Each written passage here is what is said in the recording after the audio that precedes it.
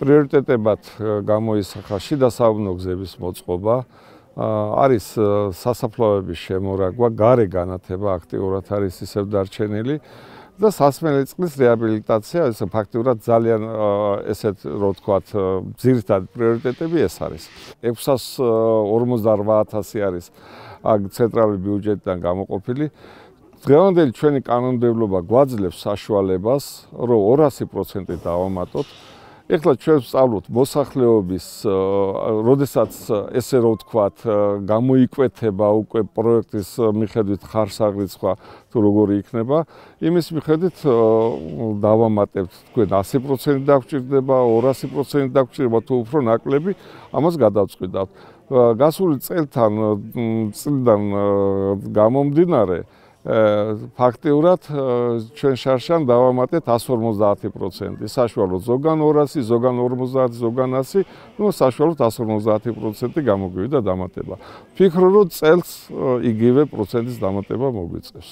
რაც შეეხება სასმელი წყლის სისუფთავეს, ეს პრობლემა აშკარაა, ნამდვილად გვაქვს, არის.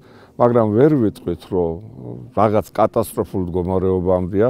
ჩვენ გვაქვს სპეციალური სამსახური, რომელიც ყოველთვიურად და ესე რო ვთქვათ, საჭიროების მიხედვით ყოველთვის იღებს ანალიზებს, სადაც მივედით ჩვენ ბოლოს იმ დასკვნამდე, რომ წელს უკვე ვიკვლევთ ღირებულებას, ინვოისებს ვიძებთ, რომ საქლორატორები გავაკეთოთ.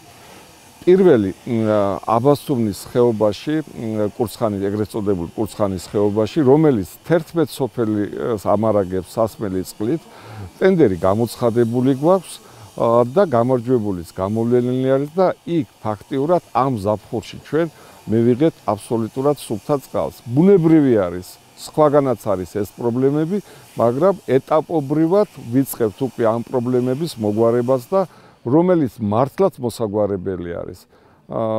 ჯერ დებეტი არის პრობლემა ჩვენთან და როცა დებეტს ვნახულობ და იქ კიდევ პრობლემაა დაბინძურებული წყლის, ეს რა თქმა უნდა გამოსასწორებელია და ამ ხრივ სამართლიანობიდან გამომდინარე უნდა ითქვას, რომ გვაქვს გამოწვევები, მაგრამ ჩვენ გაჩერებულები არა ვართ და ნელა-ნელა ნაბიჯ-ნაბიჯ შეძლებს დაგვარად ჩვენი ბიუჯეტის და გამომდინარე ამ პრობლემებს ვაგვარებთ.